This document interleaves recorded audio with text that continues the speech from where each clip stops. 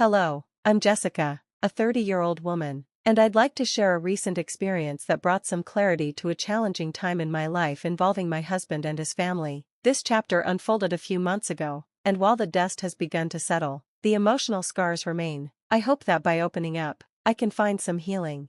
Let's rewind to 3 years ago when I made a life-changing decision, marrying Tyler, my boyfriend at the time. We'd met through mutual friends and shared 3 amazing years together before tying the knot. Tyler was charismatic, attentive, and deeply affectionate. Coming from a wealthy background and with a thriving career, he often indulged me with lavish gifts and grand gestures, something I struggled to adjust to at first.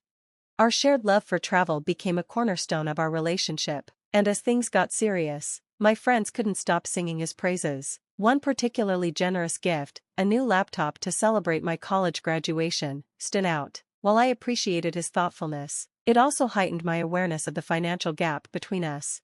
"Tyler, I'm just a student," I'd often remind him. "I can't keep up with your spending. Let me contribute in other ways." But Tyler would wave off my concerns, insisting that it was normal in his circle to spoil their partners. Over time, I grew more comfortable with his generosity, but I remained eager to reciprocate once I secured a stable job after college. Eventually, we began splitting expenses more equitably, and discussions about moving in together followed. "You should move into my place," Tyler suggested one evening. "I inherited the house from my grandpa, so there's no rent. We can just split the other bills." Although I was initially hesitant, Tyler reassured me that he wanted to support me. I agreed, and it felt like the beginning of a promising new chapter.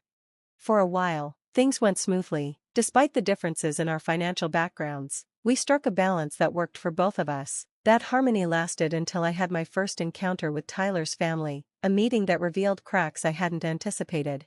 Tyler couldn't join me when his parents and sister visited due to work commitments, leaving me to host them alone. Beforehand, he'd mentioned they could be judgmental, but advised me to play along and not take their comments too seriously. With optimism, I braced myself for the meeting.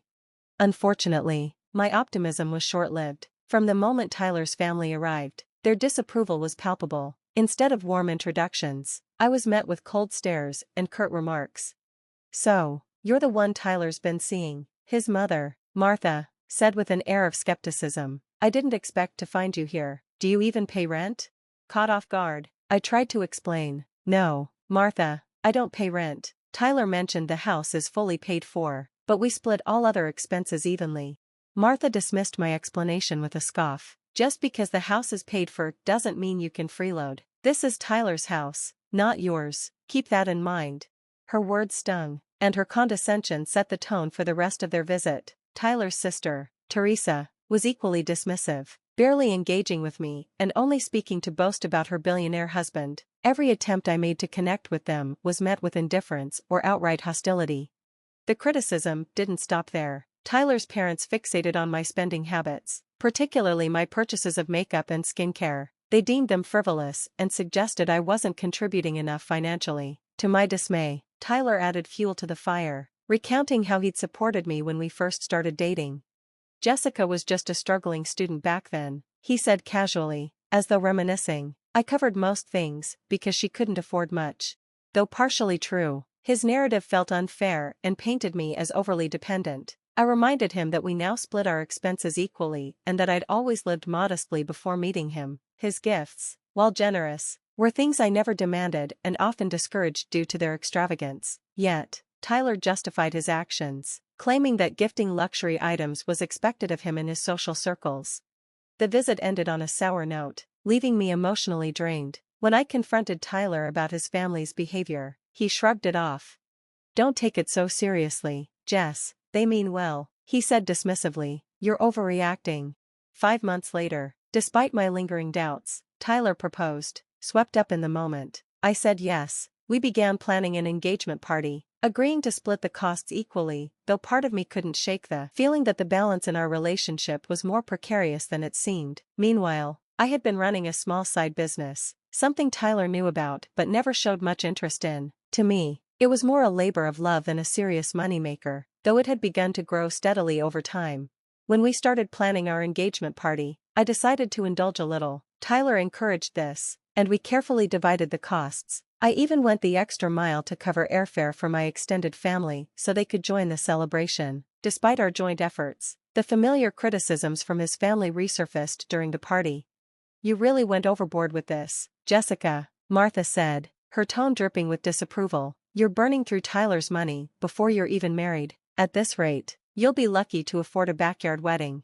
I stood my ground, calmly explaining, "The party may be extravagant, but we planned it together. Tyler and I split the expenses, and it was actually his idea to make it this inclusive." He insisted, and I agreed because it's a celebration for both our families. Martha waved off my explanation, accusing me of manipulating Tyler into overspending. Teresa chimed in with thinly veiled jabs about my character, suggesting I should have been more frugal. Frustrated, I excused myself and stepped onto the venue's lawn for a moment of peace, only to overhear Teresa and her husband, Justin, mocking me. Their laughter stung, turning what should have been a joyful occasion into an emotionally exhausting experience.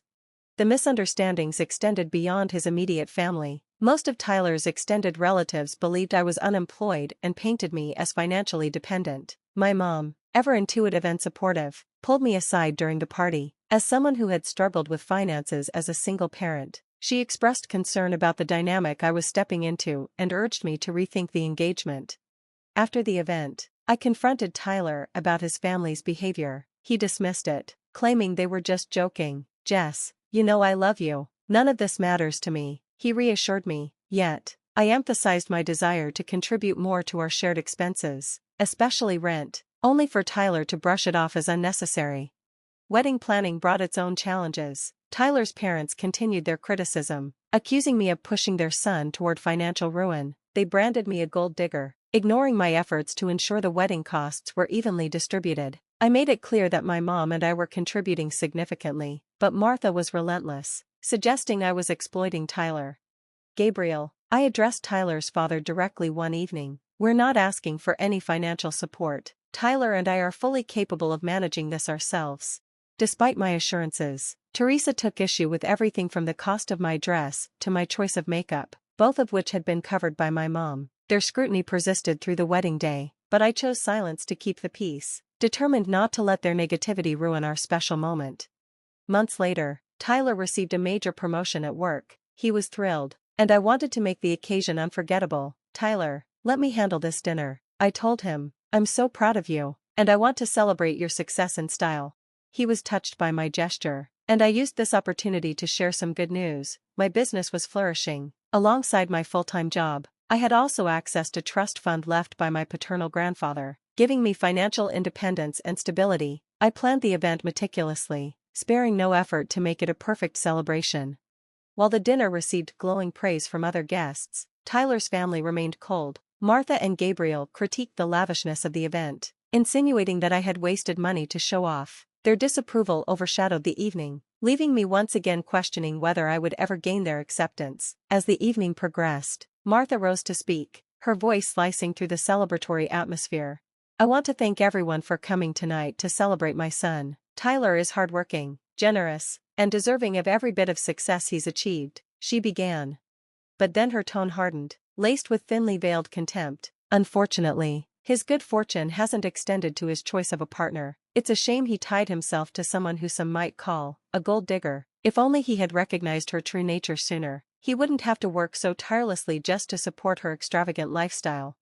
The room fell silent, the weight of her words hanging heavy. Undeterred, Martha pressed on. "From the engagement party to tonight's dinner, Jessica has nearly drained his accounts. Thankfully, we insisted on a prenuptial agreement. At least some of his assets are safe from her reach." She exhaled dramatically, her disdain evident. "Though, I suppose she does maintain the appearance of a trophy wife." Before I could process her words, Tyler added to the blow. "She's not wrong. I can't even spend money on myself anymore. There's nothing left," he said bitterly, lamenting that marrying me was a mistake and even suggesting he could have done better.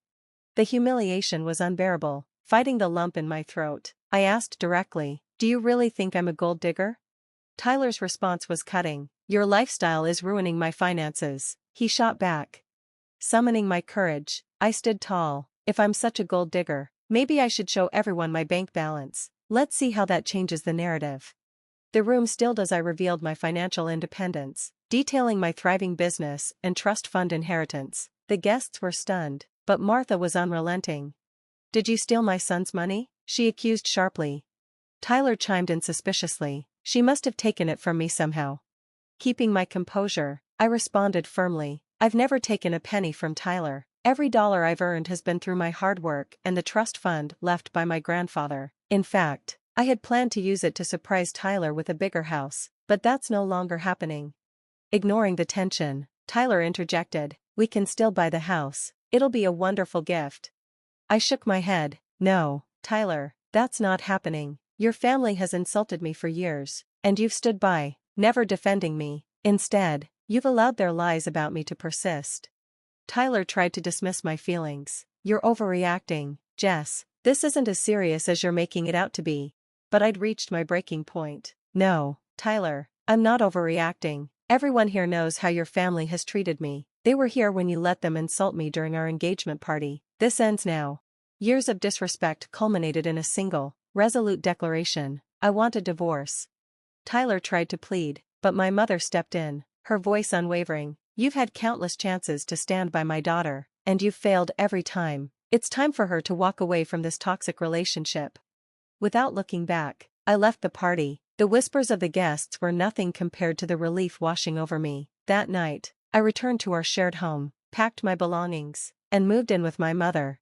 Tyler's attempts to reach me oscillated between desperate apologies and unsettling threats. I saved every message, ready to take legal action if necessary. With my mom's steadfast support, I rebuilt my life.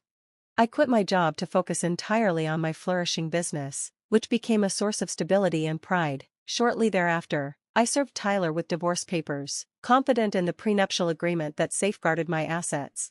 Though Tyler's life spiraled, professionally and personally, I remained resolute in my decision. I relocated to a neighboring state, embracing a fresh start far from the toxicity of my past.